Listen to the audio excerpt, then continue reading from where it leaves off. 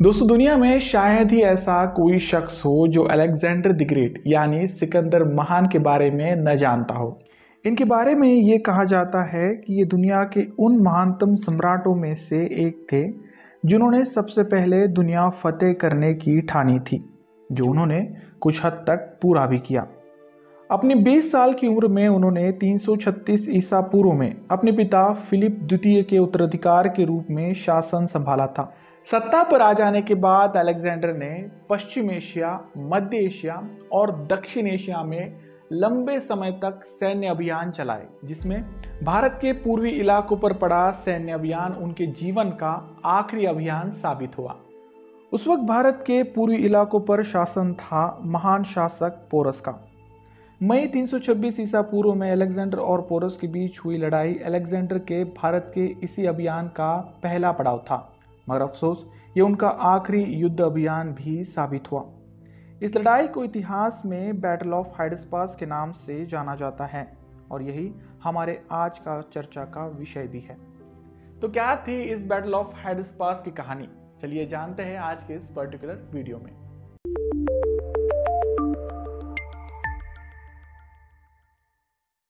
सिकंदर की भारत के अभियान की कहानी शुरू होती है 326 ईसा पूर्व से। उस वक्त वे ईरान में मौजूद थे। यही वो समय था जब उन्होंने अपने राजदूतों द्वारा भारत के कई राजाओं को अपनी अधीनता स्वीकारने का अनुरोध किया। जैसे ही सिकंदर काबुल की घाटी में पहुंचे, भारत के कई राजाओं ने उनसे मिलना शुरू कर दिया, जिससे सबसे अहम थे तक्षशिला के राजा अंबी। अंबी के संबंध हमेशा से अपने नजदीकी पोरस से खराब थे। जाहिर सी बात है कि वे सिकंदर की मदद से पोरस को हराना चाहते थे। यही वजह है कि अंबी ने सिकंदर को लगभग 5000 सैनिक और 65 हाथी दिए थे। साथ ही साथ उनके एक सैन्य अधिकारी स्कोंद्रोकुप्तोस को सिकंदर के दरबार में भेजा था। सिकंदर ने तक्षशिला में रहकर एक युद्ध नीति बनाई, जिसमें उन्होंने अपनी सेना को 2 हिस्सों में डिवाइड किया। उन्होंने अपने एक सेनापति हेपस्टियन के नेतृत्व में एक सैन्य टुकड़ी को खैबर दर्रे के पार भेजा। मकसद था रास्ते में पड़ रहे विद्रोही कबाइलियों को कुचलना और जल्द से जल्द सिंधु नदी पार पहुंचकर एक पुल का निर्माण करना, ताकि पूरी सेना नदी पार कर सके। इस रास्ते पर कई भारतीय राजा सिकंदर के साथ कदम से कदम मिलाकर चल रहे थे। सिकंदर ने पहले हिंदू कुश के पूर्व में रहकर वहां पर होने वाले विद्रोह को रोका।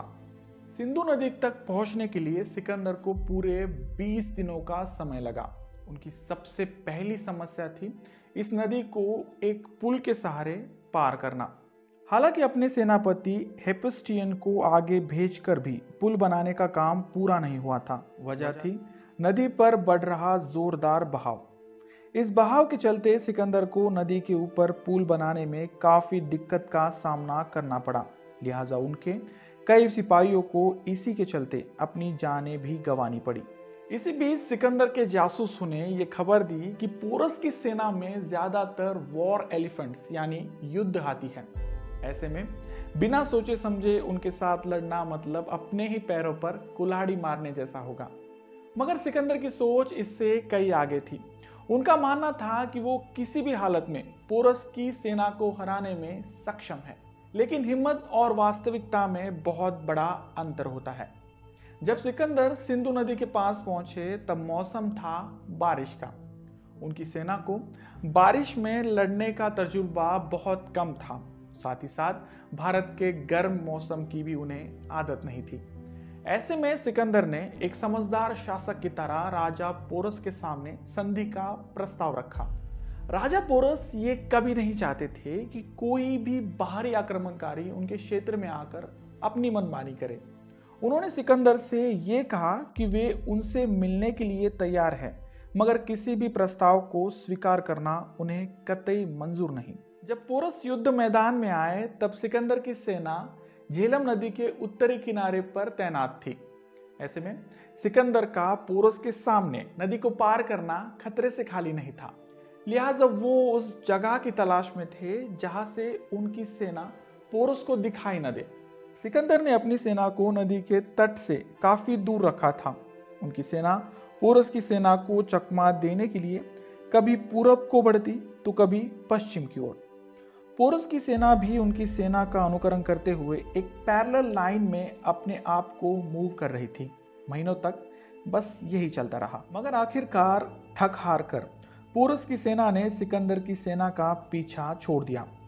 उनके पास हजारों हाथियों की सेना थी। ऐसे में हाथियों के होने की वजह से पोरस को यहाँ से वहाँ मूव करना बहुत मुश्किल जा रहा था। वहीं दूसरी ओर सिकंदर ने इसी बात का फायदा उठाया। उन्होंने एक अज्ञात जगह से अपने सैनिकों के साथ नदी पार की। हालांकि इसी बीच ज्यादा बहाव और बिजली गिरने की वजह से उन्होंने अपने कई सैनिकों को भी खोया, मगर वे डटे रहे। झेलम नदी को पार करने के बाद सिकंदर ने पोरस की सेना को चारों ओर से घेरना चाहा, मगर पोरस के पास मौजूद हाथियों की वजह से उन्हें यह करना थोड़ा मुश्किल जा रहा था। हालांकि तक्षशिला के राजा अंबी की वजह से सिकंदर की सेना ने हाथियों से लड़ने का हुनर सीख लिया था। ये सैनिक हाथी को घेर लेते और उस पर भाले से हमला करते। इसी बीच एक तीरंदाज हाथी की आंख का निशाना लेता। जैसे ही हाथी की आंख में तीर लगता, वो अनकंट्रोल पोजीशन में पागलों की तरह भागने लगता और अपने ही सिपाहियों को कुचल डालता। इस भीषण लड़ाई में दोनों सेना का बराबर नुकसान हो रहा था।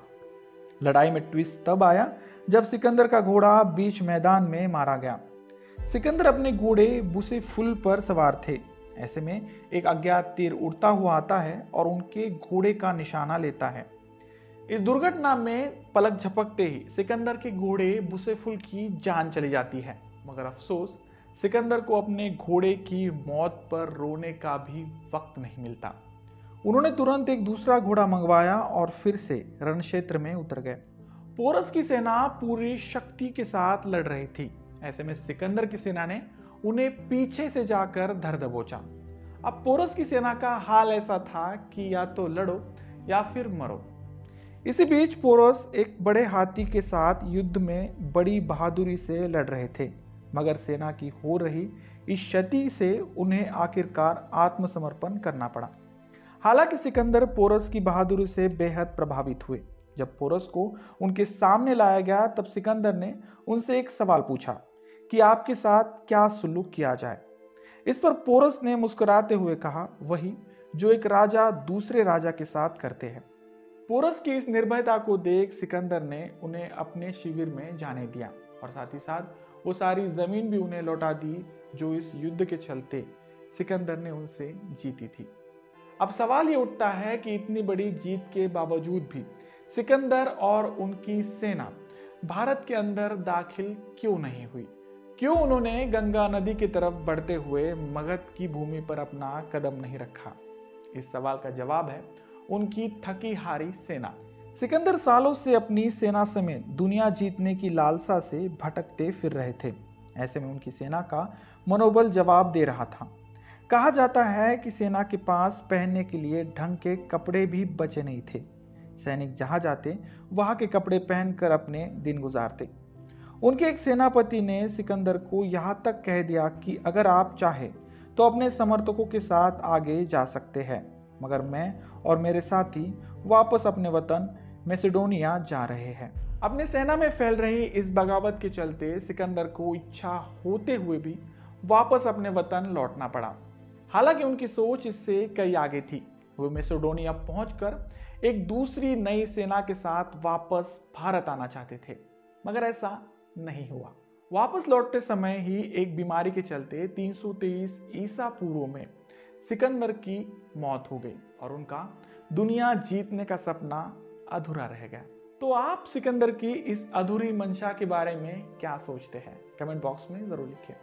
अब जाते जाते एक आसान सा सवाल। दोस्तों, सिकंदर पोरस को हराने के बाद मगध को जीतने की मंशा रखते थे।